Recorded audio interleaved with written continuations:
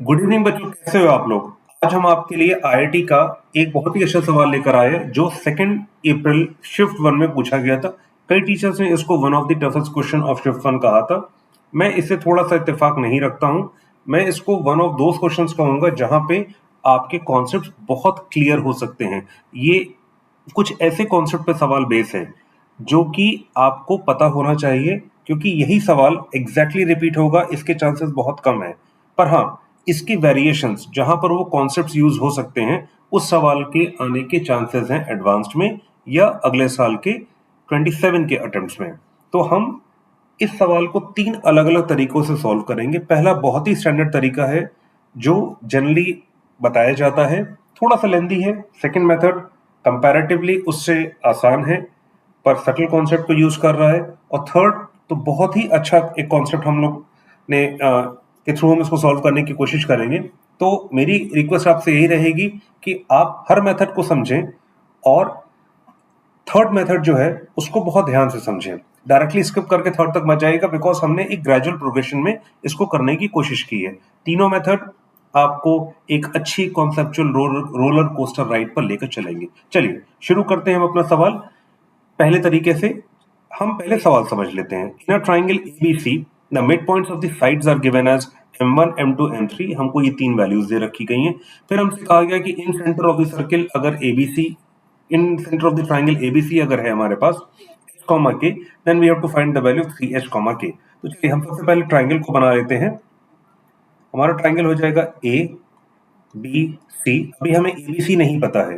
A B हो जाएगा m1 जो कि हो जाएगा 5/2 कॉमा 7। यहाँ पर हो जाएगा 5/2 कॉमा 3। ये हो जाएगा आपके m2 और यहाँ पर हो जाएगा m3 जिसकी वैल्यू हो जाएगी 4/5।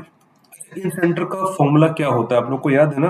अगर हमारे पास वर्टिसेस दे रखी है x1 y1, b दे रखा है x2 y2 और ये दे रखा है x3 y3। और अगर इसकी लेंथ दे रखी गई है a, इसकी लेंथ दे रखी गई है b और इसकी लेंथ अगर दे रखी गई है c, तो x की वैल्यू होती है ax1 plus bx2 plus cx3 upon a plus b plus c। और y कोऑर्डिनेट हो जाता है a y1 plus b y2 plus c y3 upon a plus b plus c। बच्चों ये होता है, तो हम इसको फाइंड करने की कोशिश करते हैं। ठीक है, ये एक बहुत ही कॉन्सेप्चुअल रिच सवाल है। तो देखिए सबसे पहले हमें क्या निकालना होगा, हमें a b और c की वैल्यू निकालनी है, क्योंकि हमें फॉर्मूले में x1 x2 x3 y1 y2 y3 की जरूरत है।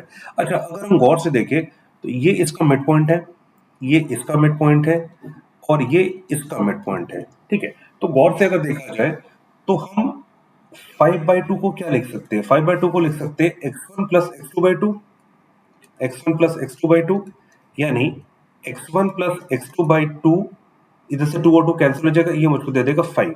सिमिलरली y1 प्लस y2 को मैं क्या लिख सकता हूँ, divide by 2। y1 plus y2 divide by 2 को लिखा जा सकता है 7, यानी y1 plus y2 is equal to 14। ये हमारे पास एक चीज आ गई। सिमिलरली अगर हम, ये हो गया हमारा ए बी को देखने में। अगर हम ए सी की तरफ बढ़ते हैं तो ए सी में आ जाएगा x1 plus x3 upon 2 is equal to 5/2। This will give me x1 plus x3 is equal to 5। Similarly y1 plus y3 upon 2 will give me 3। y1 plus y3 is equal to 6। ये मेरे पास इधर से आ गया। Similarly अगर मैं यहां पर आता हूं बीसी की तरफ, तो बीसी में आ जाएगा x2 plus x3 upon 2 is equal to 4, x2 plus x3 is equal to 8 और यहां पर आ जाएगा y2 plus y3 is equal to, या divided by 2 is equal to 5, यानी y2 plus y3 is equal to 10।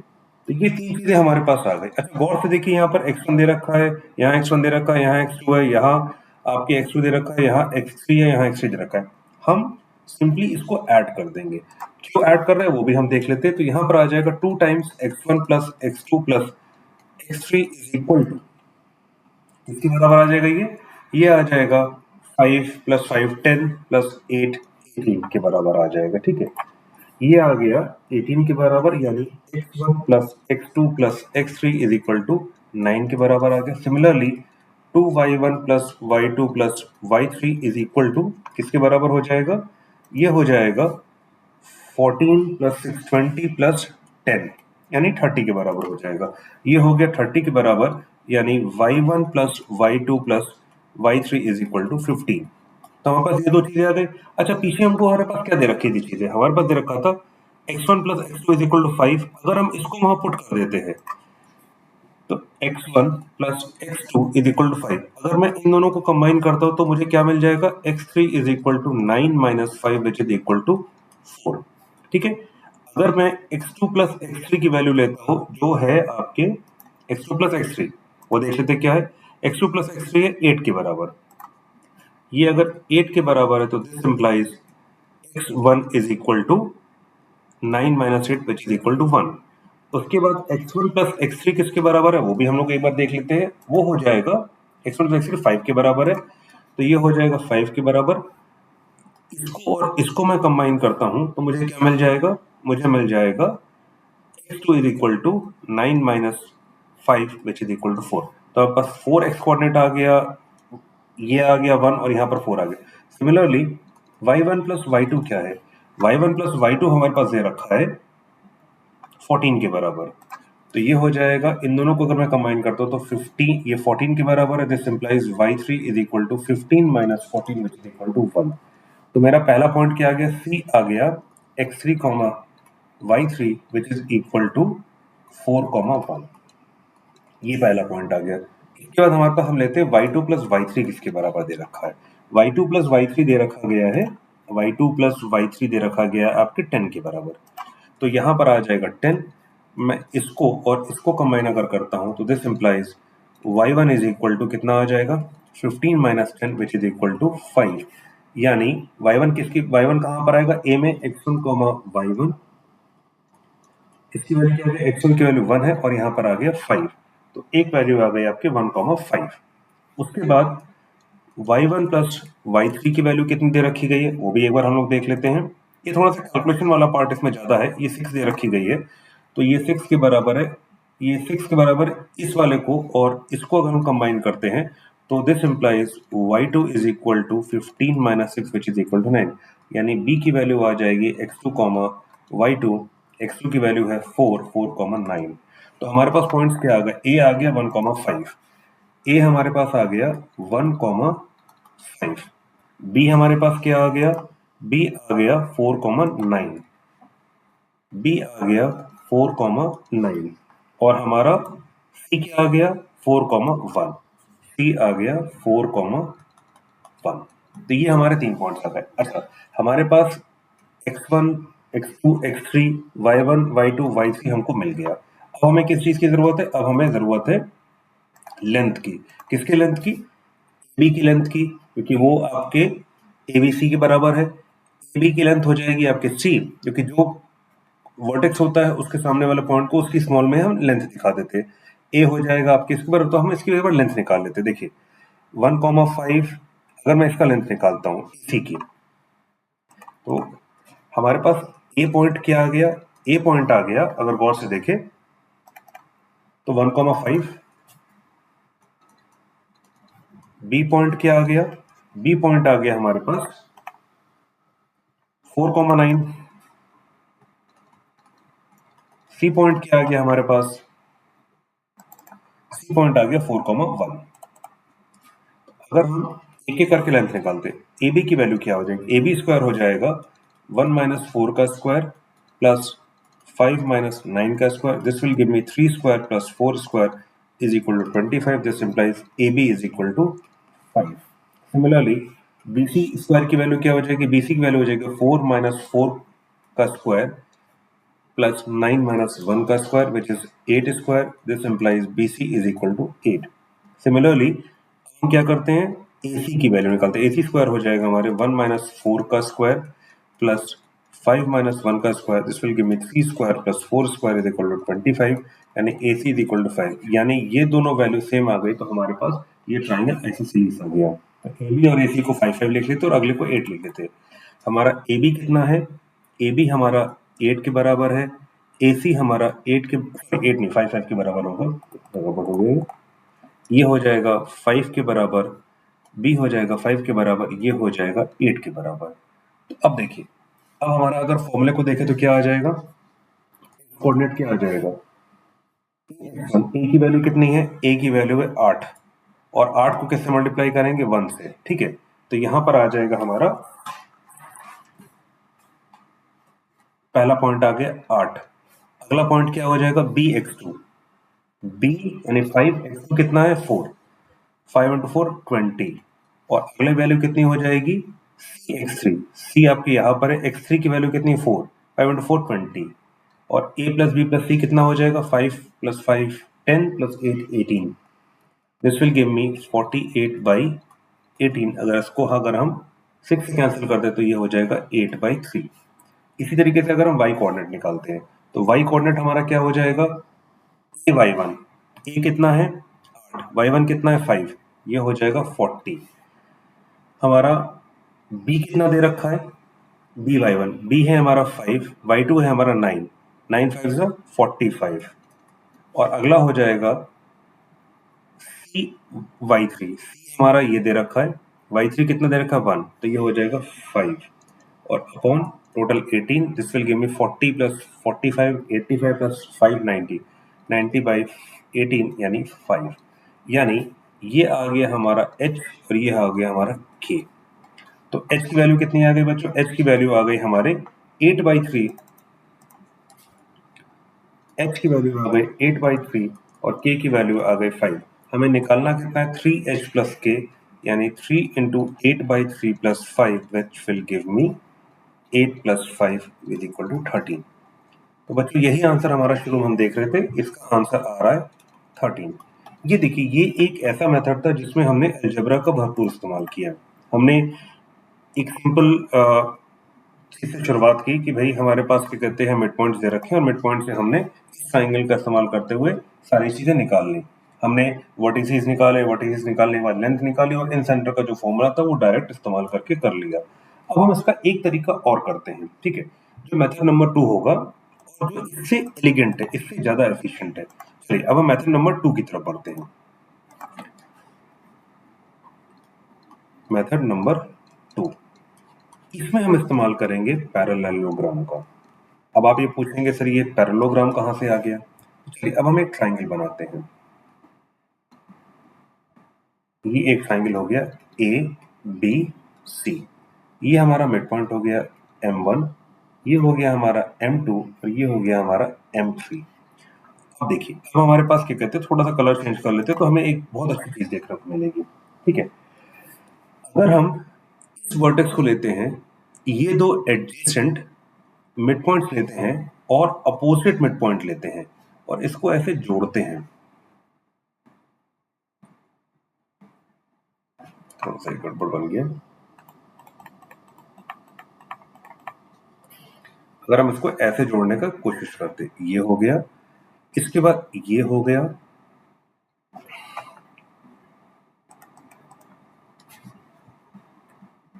ऐसे जोड़ा, इसको देखिए गौर से, और इसको, तो ये हमको एक मिल जाएगा पैरेललोग्राम, ठीक है। ये इसके पैरेलल और ये इसके पैरेलल, ठीक है। तो ये हमको मिल गया A M1 M3 M2 एक पैरेललोग्राम, ठीक है। इसी तरीके से अगर हम थोड़ा सा देखें तो इसमें कितने पैरेललोग्राम हमको मिल रहे हैं, इसमें हमको 3 पैरेललोग्राम मिलेंगे। अगर हम B को लेते हैं, इस पॉइंट एडजेसेंट मिड पॉइंट्स को लेते हैं, इसको लेते हैं, तो गौर से देखें तो ये भी हमको एक पैरेललोग्राम दे रहा है, तो ये हो गया पैरेललोग्राम नंबर 2, ये 1 था। अब एक तीसरा पैरेललोग्राम भी इसमें आ रहा है। तीसरा पैरेललोग्राम कहाँ से आ रहा है, वो आ रहा है आपके C लेने से, इसको लेने से, इसको लेने से, और इसको लेने से। अगर गौर से देखें तो ये हमारा तीसरा पैरेललोग्राम आ गया।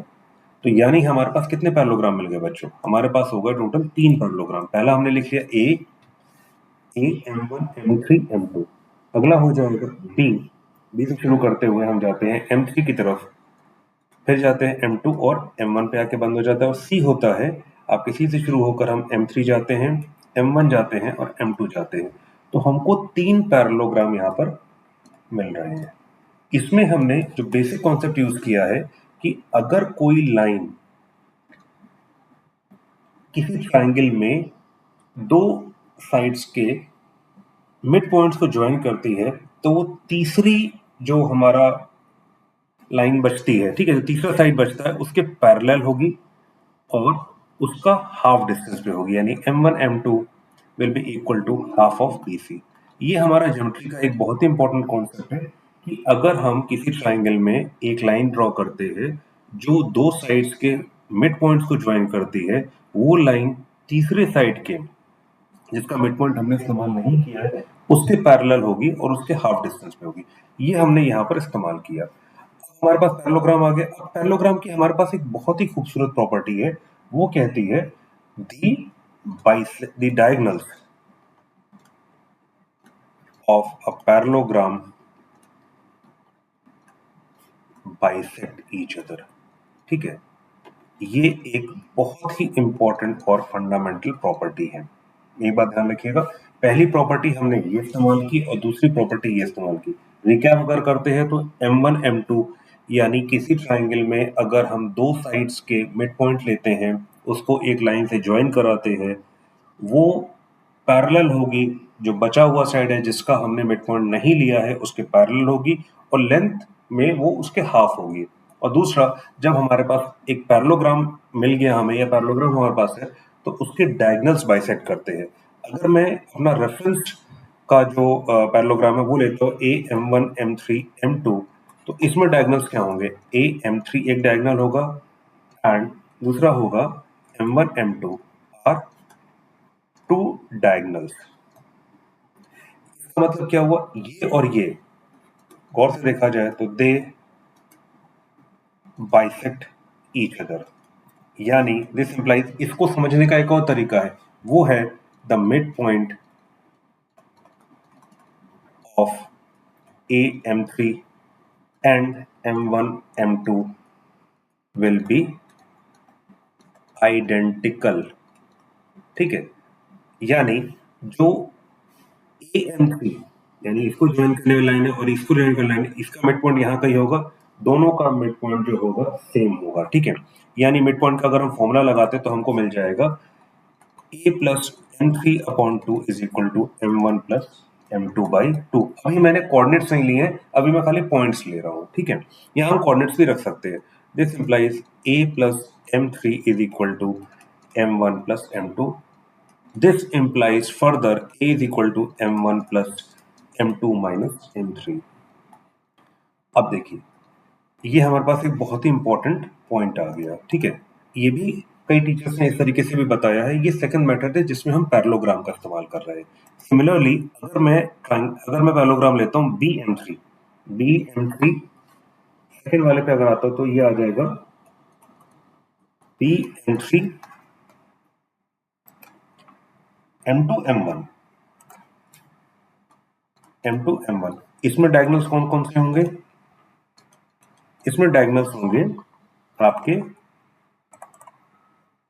bm2 m1 m3 bm2 and m1 m3। अच्छा, गौर से देखिए, जब इसमें डायगोनल से am3 तो इसको जब मैं लूंगा तो सिमिलरली मुझे मिल जाएगा b प्लस m2। ये हो जाएगा since mid points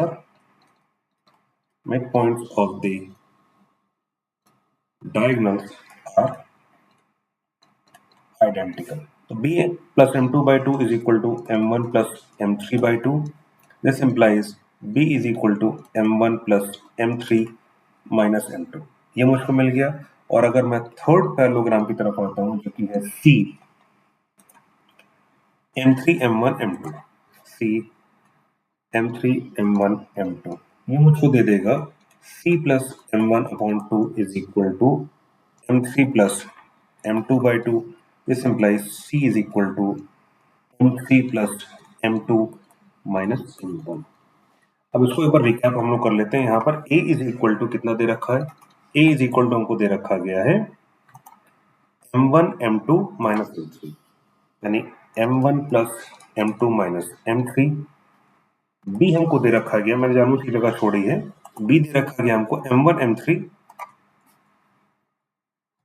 m1 plus m3 minus m2 और c दे रखा है हमको m3, ये हो जाएगा m3 m2 हो जाएगा, यहाँ पर थोड़ा सा कर देते हैं m3 m2 माइनस m1,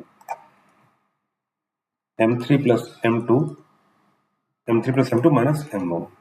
अच्छा, हमारे पास m1 की क्या वैल्यू दे रखी गई है? m1 की हमारे पास वैल्यू दे रखी गई है as per examination as per question 5/2, 7 दे रखी गई है। m2 की वैल्यू हमको दे रखी गई है 5/2, 3 और m3 की वैल्यू हमको दे रखी गई है 4, 5। अगर हम इसको यहाँ रखते हैं तो m1 की वैल्यू क्या है 5/2, 7 प्लस m2 कितना दे रखा गया 5/2, 3 माइनस m3 की वैल्यू है 4, 5। ये मुझको दे देगा 5/2 मुझको कितना दे देगा 10/2 यानी 5 माइनस 4 मुझे 1 दे देगा। 7 प्लस 3 10 दे देगा, जिसमें 5 में घटाऊंगा तो 1, 5 आ गया, यानी a की वैल्यू आ गई 1, 5। इसी तरीके से m1 प्लस m3 कितना हो जाएगा 5/2, 7 प्लस 4, 5 माइनस m2 की वैल्यू हो जाएगी 5/2, 3। This will give me 5/2 minus 5/2 cancel हो जाएगा, सिंपली मुझे 4 दे देगा। 7 प्लस 5 12 माइनस 3 ये मुझको 9 दे देगा। इसके बाद यहाँ पे अगर मैं देखता हूँ तो मुझे मिल जाएगा 4, 5 प्लस इनटू कितना है 5/2, 3 माइनस दे रखा है 5/2, 7। ये 5/2 कैंसिल हो जाएगा, बचेगा यहाँ 4 और 5 प्लस 3 8 माइनस 7 1। यानी हमारे पॉइंट्स आ गए a is equal to 1, 5, b की वैल्यू आ गई 4, 9, c की वैल्यू आ गई 4, 1, 1, 5। ये याद आ रहा है कहाँ पर है? देखिए a की वैल्यू क्या आ गई 1, 5, b की वैल्यू क्या आ गई 4, 9, b की वैल्यू कितनी है 4, 9, c की वैल्यू कितनी 4, 1। क्या है 4, 1 हमारे पास है यहाँ पर, एक बार चेक कर लेते हैं। यस 4, 1 भी हमारे पास है। तो हमने दूसरे मेथड का इस्तेमाल करते हुए, जहां पर हमने एलजेब्रा का इस्तेमाल नहीं किया, x1, x2, x3 इतने सारे टीडीएस इक्वेशन, जहां पर हमारे पास 6 इक्वेशन आए थे, यहाँ पर x1 प्लस x2 फिर x1 plus x3 x2 plus x3 लेकर आए थे, जिसमें हमें काफी कुछ देखना पड़ गया था, कैलकुलेशन ज्यादा हमारी बढ़ गई थी। पर इस मेथड में हमने ऐसा कुछ भी नहीं किया, हमने सिर्फ एक पैरेललोग्राम की प्रॉपर्टी इस्तेमाल की और हमने उसको कर लिया।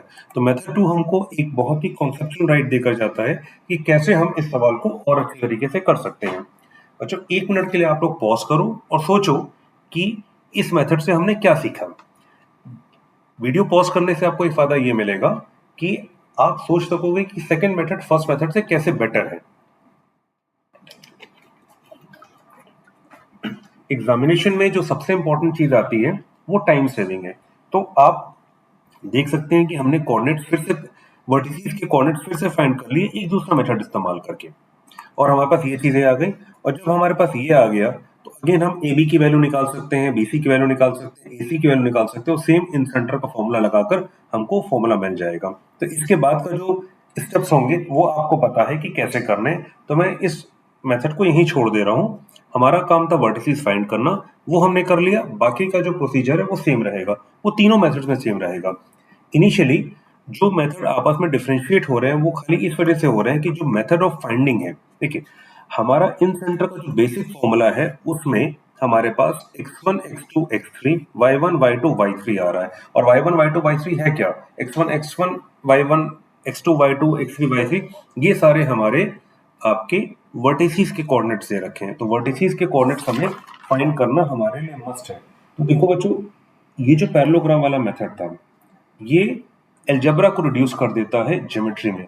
और DNA of the second method ये था कि जो पैरेललोग्राम के डायगोनल्स होते हैं वो एक दूसरे को बाइसेक्ट करते हैं। दोनों मेथड बहुत अच्छे दे रखे थे। एक अलजेब्रा का इस्तेमाल करता है, एक पूरी ज्योमेट्री का इस्तेमाल करता है। पहला मेथड सिस्टमैटिक है, सेकेंड मेथड हमारा क्विकर है। अब बढ़ते हैं अपने थर्ड मेथड की तरफ, जो इन दोनों से क्विक मेथड है। क्या आप गेस कर सकते हैं कि वो मेथड क्या होगा? थर्ड मेथड हमारा हो जाएगा सेंटरोइड को इस्तेमाल करते हुए। अब ये सेंट्रोइड कहां से आ गया? हमसे तो इनसेंटर पूछा गया था। तो बच्चों यहां पर हम इस्तेमाल करेंगे एक बहुत ही इंपॉर्टेंट पॉइंट। ठीक है, हम बनाते हैं एक ट्राइंगल। ए बी सी, ये इसका मिड पॉइंट हो गया, ये हो गया हमारा M1, ये हो गया हमारा M2, ये हो गया हमारा M3। तो अगर गौर से देखें तो हमको एक ट्राइंगल ये मिल रहा है ना बच्चों। यहाँ पे जो हमारा सबसे इंपॉर्टेंट पॉइंट है वो ये है कि सेंटरॉइड, ये ज्योमेट्री की एक बहुत इंपॉर्टेंट एप्लीकेशन है। Centroid of the triangle ABC will be equal to the centroid of the triangle M1, M2, M3। ये बच्चों तब हम लगा सकते हैं जब M1, M2, M3 are nothing but the midpoints of the three sides of the triangle। अगर ऐसी सिचुएशन हमारे पास आती है तो हम इसका इस्तेमाल कर सकते हैं। और इसमें सबसे इंपॉर्टेंट चीज क्या होती है, अगर मेरे पास ये दे रखा है x1, y1, ये दे रखा है x2, y2 और ये दे रखा है x3, y3। अगर ऐसा दे रखा है तो सेंटरॉइड का फॉर्मूला क्या होता है बच्चों, वो सिंपली रिलाई करता है x1, x2 plus x3 upon 3, y1 plus y2 plus y3 upon 3। ये बहुत ही क्लीन और सिंपल मेथड है जो हमको बताता है कि क्या चीज है। और हमें पता है कि बच्चों क्या चीज होगी इसमें, अगर ये सेंटरॉइड ऑफ द ट्रायंगल ABC है तो वही सेंटरॉइड होगा M1, M2, MC के ट्रायंगल का। तो यानी हमारा जो सेंटरॉइड आ जाएगा वो क्या हो जाएगा, x1, x2, x3 की जगह हम रख सकते हैं M1 की वैल्यू हमारे पास कितनी थी, M1 की जो वैल्यू हमारे पास रखी थी वो थी 5/2, 7। यहाँ थी M2 की वैल्यू 5/2, 2 और M3 की वैल्यू दे रखी थी हमको 4, 5। अगर गौर से देखा जाए तो अगर ये दोनों चीजें सेम हैं तो ये जो वर्टिसीज के कोऑर्डिनेट्स हैं वो किससे रिप्लेस हो जाएंगे, मिड पॉइंट के कोऑर्डिनेट से। यानी यहाँ पर आ जाएगा 5/2 प्लस 5/2 प्लस 4/3, कॉमा यहाँ पर हो जाएगा 7 प्लस 2 प्लस 5/3, जो मुझको दे देगा जी हो जाएगा आपके 5/2 प्लस 5/2 यानी 10/2 यानी 5, 5 प्लस 4 9, 9/3 और अगला हो जाएगा 7 प्लस 2 9 प्लस 5, सॉरी ये 3 हो जाएगा, 7 प्लस 3 10 प्लस 5 15, 15/3 ये मुझको दे देगा सेंटरॉइड 3/5, जो कि एक इंपॉर्टेंट पॉइंट हमको मिल गया सेंटरॉइड का। ठीक है, अब आते हैं हम अपने ज्योमेट्रिकल कॉन्सेप्ट की तरफ। ये हो गया हमारा पहला। अभी आपको लग रहा होगा कि सेंटरॉइड कहाँ से आ गया बच्चों, अभी जब हम अगला स्टेप करेंगे तो आपको लगेगा कि ये तो उससे भी आसान तरीका है। अब देखिए हमारा जो अगला कॉन्सेप्ट आ रहा है वो आ रहा है सेंटरॉइड का मतलब क्या होता है। सेंटरॉइड जो होता है, ठीक है, lies on the median, median पे लाई करता है सेंटरॉइड। और थोड़ा सा मैं इसको ड्रॉ कर देता हूँ जिससे आपको थोड़ा सा और क्लियर हो जाए। देखिए ये एक मैंने लाइन ड्रॉ की जो ज्वाइन कर रही है इसके मिड पॉइंट को, ये ज्वाइन की, ये इसके मिड पॉइंट को कर रही है, और यहां से जो लाइन जाएगी तो इसके मिड, सॉरी सेंटर को जोड़ते हुए,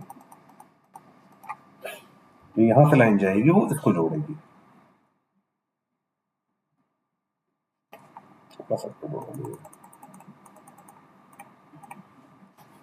अगर मैं ये लाइन ऐसे ज्वाइन करता हूं इसको ऐसे, तो ये हमारा सेंटर रहता है। ये किस में डिवाइड करता है, ये करता है 2/3, 1/3, ये 2/3, ये 1/3, ये 2/3, 1/3। यानी जो सेंट्रॉइड होता है वो डिस्टेंस होता है वर्टेक्स से 2/3 टाइम्स, ठीक है, और ये होता है 1/3 डिस्टेंस में मिड पॉइंट से। ये हमारे लिए एक इंपॉर्टेंट पॉइंट है बच्चों, ध्यान रखना। ठीक है, यानी सेंटरॉइड जो होता है 2/3 डिस्टेंस पे होता है, ठीक है, आपके वर्टेक्स से, ठीक है, और 1/3 डिस्टेंस होता है मिड पॉइंट से। अगर मैं इसमें सेक्शन फॉर्मूला लगाता हूं, ठीक है, तो ये है 1/3, यानी ये 1:2 की रेशियो में डिवाइड करता है। तो यहां पे हो जाएगा सी पॉइंट अगर मैं लेता हूं, ठीक है, तो ये हो जाएगा सी प्लस, मैं कोऑर्डिनेट्स, मैं सिर्फ पॉइंट ले रहा हूं, ठीक है, सेंटरॉइड जी सी के बराबर हो जाएगा, 1 टाइम्स मल्टीप्लाई हो जाएगा सी इंटू 1, और इधर हो जाएगा 2 इंटू M1 अपॉन 3। तो यानी मुझे मिल गया G is equal to C plus 2 M1 upon 3, यानी 3g is equal to c plus 2m1। यहां तक क्लियर है बच्चों? ठीक है, यानी c की वैल्यू क्या मुझे मिल गई? c की वैल्यू मिल जाएगी 3g माइनस 2m1।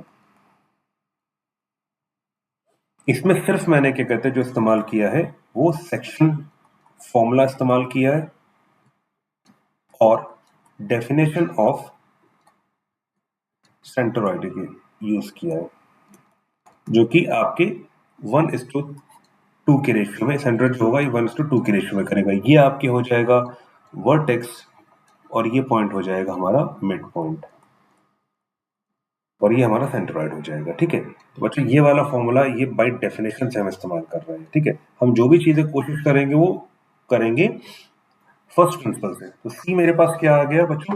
सी आ गया 3g minus 2m1। c is equal to 3g minus 2m1।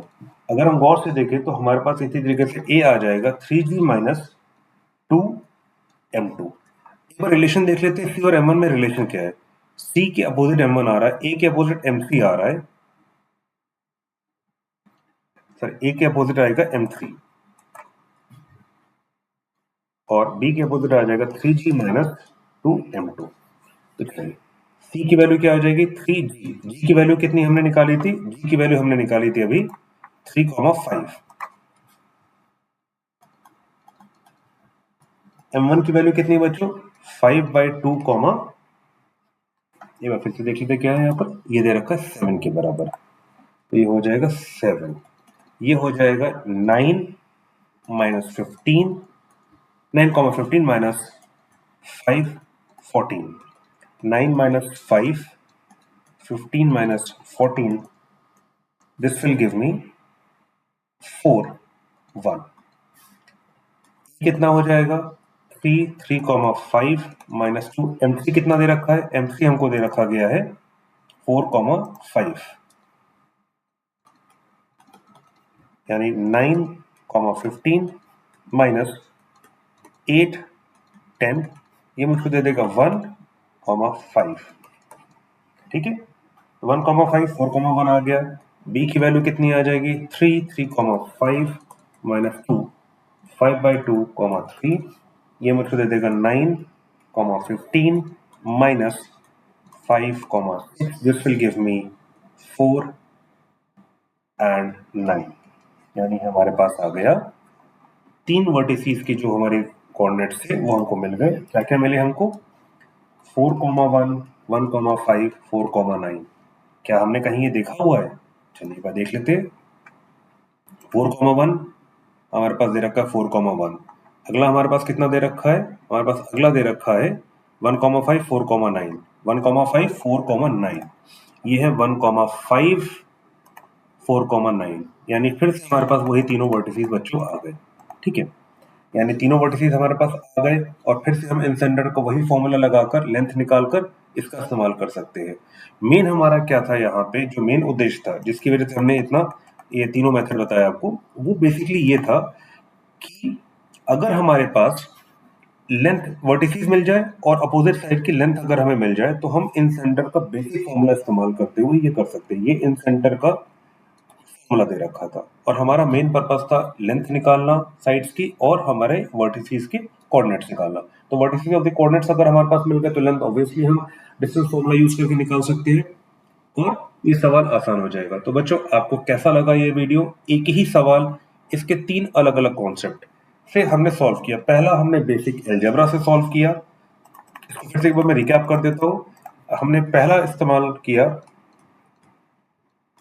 Algebra, दूसरा हमने यूज किया पैरेललोग्राम की एक प्रॉपर्टी, जहां पे क्या कहते हैं हमने इस्तेमाल किया कि कैसे डायगोनल्स बाइसेक्ट करते हैं और उसका हमने इस्तेमाल किया। यहां पर हमने इस्तेमाल किया डायगोनल बाइसेक्शन का इस्तेमाल किया और तीसरा हमने यूज किया सेंट्रोइड की प्रॉपर्टी का। पहला तरीका, दूसरा तरीका, तीसरा तरीका। सेंट्रोइड में हमने क्या यूज किया? अगर हमारे पास एक ट्राइंगल है जिसके मिड पॉइंट्स भी हमें पता है साइड्स के, अगर हम मिड पॉइंट्स को ज्वाइन करते हुए ट्राइंगल बनाते हैं और जो मेन ट्राइंगल है उन दोनों का सेंट्रोइड सेम होगा। अगर आपको लगता है कि ये कैसे सेम है, इसका प्रूफ चाहिए, तो हम इसका भी एक वीडियो लेकर आएंगे। कमेंट सेक्शन में एक बार आप हमें पिन कर दीजिएगा। तो ये तीनों प्रॉपर्टी का इस्तेमाल करते हुए इसमें हमने बेसिक चीज क्या इस्तेमाल की, अगर वो ट्राइंगल हमारे पास है तो दोनों का सेंटरोइड कोइंसाइड करेगा। और तीनों में हमने देख लिया है कि वर्टिसेस हमें मिल गई, तो ऑब्वियसली हम डिस्टेंस फॉर्मूले का इस्तेमाल करते हुए आगे की चीजें निकाल सकते हैं। तो बच्चों, आई होप ये सवाल आप लोग को बहुत अच्छे से समझ में आया होगा। अगर कहीं पर भी कोई दिक्कत है तो आप हमको जरूर पिंग कीजिएगा। हमारे टेलीग्राम चैनल से भी आप जुड़ सकते हैं। और हमारा मेन पर्पस इस 3 तरीके को इस्तेमाल करने का ये था, जैसा हमने शुरुआत में भी कहा था कि बच्चों ये सवाल जरूरी नहीं कि सेम इसी फॉर्म में रिपीट हो जाए, हो सकता है ये सवाल किसी और फॉर्म में आए। पर अगर हमें ये तीनों कॉन्सेप्ट पता है तो IIT is all about concepts. अगर हमारे कॉन्सेप्ट्स क्लियर हैं तो हमें आईआईटी में कोई दिक्कत नहीं होगी। तो मुझे उम्मीद है कि ये सवाल आपको समझ में आया होगा। हम ऐसे और अच्छे सवाल और अच्छे वीडियोस आपके लिए लेकर आते रहेंगे। चैनल को जरूर सब्सक्राइब कीजिए और इन वीडियोस को अपने दोस्तों के साथ जरूर शेयर कीजिए, क्योंकि ज्ञान बांटने से बढ़ता है। और जितना आप ज्ञान बांटेंगे उतना आपका भी बढ़ेगा और आपके दोस्तों का भी बढ़ेगा। तो see you in the next class with more videos, with more such questions जिनके सॉल्यूशंस थोड़े से इंट्रिगिंग होंगे, थोड़ा सा आपको सोचने पर और मजबूर करेंगे। बिकॉज आईआईटी का सारा मकसद होता है कि आपको कैसे वो सोचने पर मजबूर करें, जो चीज सामने दे रखी है उसको कैसे इस्तेमाल करें। 1 क्वेश्चन 3 सॉल्यूशंस, मंजिल एक है, रास्ते 3 है। This is the beauty of mathematics. अगले वीडियो में मिलते हैं। It's professor signing off for now. Have a good day, bye bye, take care.